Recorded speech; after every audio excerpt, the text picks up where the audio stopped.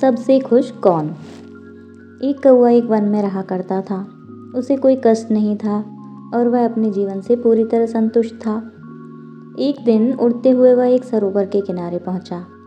वहां उसने एक उजले सफ़ेद हंस को तैरते हुए देखा। उसे देखकर वह सोचने लगा, यह हंस कितना सौभाग्यशाली है जो इतना सफ़ेद और सुंदर है। इधर मुझे देखो, मैं कितना काला और बदसूरत हूँ। यह हंस अवश्य इस दुनिया का सबसे खुश पक्षी होगा। वह हंस के पास गया और अपने मन की बात उसे बता दी। यह सुनकर हंस बोला, नहीं मित्र, वास्तव में ऐसा नहीं है। पहले मैं भी सोचा करता था कि मैं इस दुनिया का सबसे सुंदर पक्षी हूँ, इसलिए बहुत सुखी और खुश था। लेकिन एक दिन मैंने तोते को देखा जिसके पास 2 रंगों की अनोखी छटा है। उसके बाद से मुझे यकीन हो गया कि वही दुनिया का सबसे सुंदर और खुश पक्षी है। हंस की बात सुनने के बाद कौआ तोते के पास गया और उससे पूछा कि क्या वह दुनिया का सबसे खुश पक्षी है। तो तोते ने उत्तर दिया, मैं बहुत ही खुशगवार जीवन व्यतीत कर रहा था जब तक मैंने मोर को नहीं देखा था, किंतु अब मुझे लगता है कि मोर से सुंदर तो कोई हो ही नहीं सकता, इसलिए वही दुनिया का सबसे सुखी और खुश पक्षी है। इसके बाद कौआ मोर की खोज में निकला। उड़ते उड़ते वह एक चिड़ियाघर पहुंचा।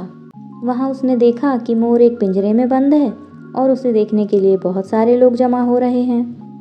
सभी मोर की बहुत सराहना कर रहे थे। सबके जाने के बाद कौआ मोर के पास गया और उससे बोला, तुम कितने सौभाग्यशाली हो जो तुम्हारी सुंदरता के कारण हर रोज़ हज़ारों लोग तुम्हें देखने आते हैं। मुझे तो लोग अपने आसपास भी फटकने नहीं देते और देखते ही भगा देते हैं। तुम इस दुनिया के सबसे खुश पक्षी हो ना। कौवे की बात सुनकर मोर उदास हो गया। वह बोला, मित्र, मुझे भी अपनी सुंदरता पर बड़ा गुमान था।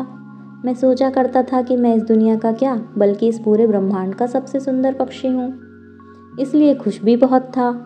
लेकिन मेरी यही सुंदरता मेरी शत्रु बन गई और मैं इस चिड़ियाघर में बंद हूँ। यहाँ आने के बाद, इस पूरे चिड़ियाघर का अच्छी तरह मुआयना करने के बाद मैं इस नतीजे पर पहुँचा हूँ कि कौआ ही एक ऐसा पक्षी है जो यहाँ कैद नहीं है।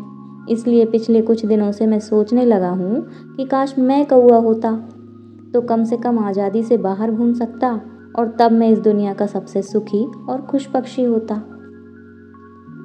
दोस्तों, इस कहानी से यही सीख मिलती है कि हम हमेशा दूसरों को देखकर व्यर्थ ही स्वयं की तुलना उनसे करने लगते हैं और दुखी हो जाते हैं। भगवान ने सबको अलग बनाया है और अलग गुण दिए हैं।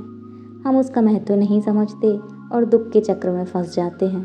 इसलिए दूसरों के पास जो है उसे देखकर जलने की बजाय हमारे पास जो है उसके साथ खुश रहना सीखना चाहिए। खुशी बाहर ढूंढने से नहीं मिलती, वह तो हमारे अंदर ही छुपी होती है। अगर कहानी पसंद आई तो इसे लाइक शेयर ज़रूर करें। साथ में चैनल को सब्सक्राइब करना बिल्कुल ना भूलें, ये एकदम फ्री है। मिलते हैं कल इसी टाइम इसी चैनल पर एक नई कहानी के साथ। तब तक आप अपना ख्याल रखिए।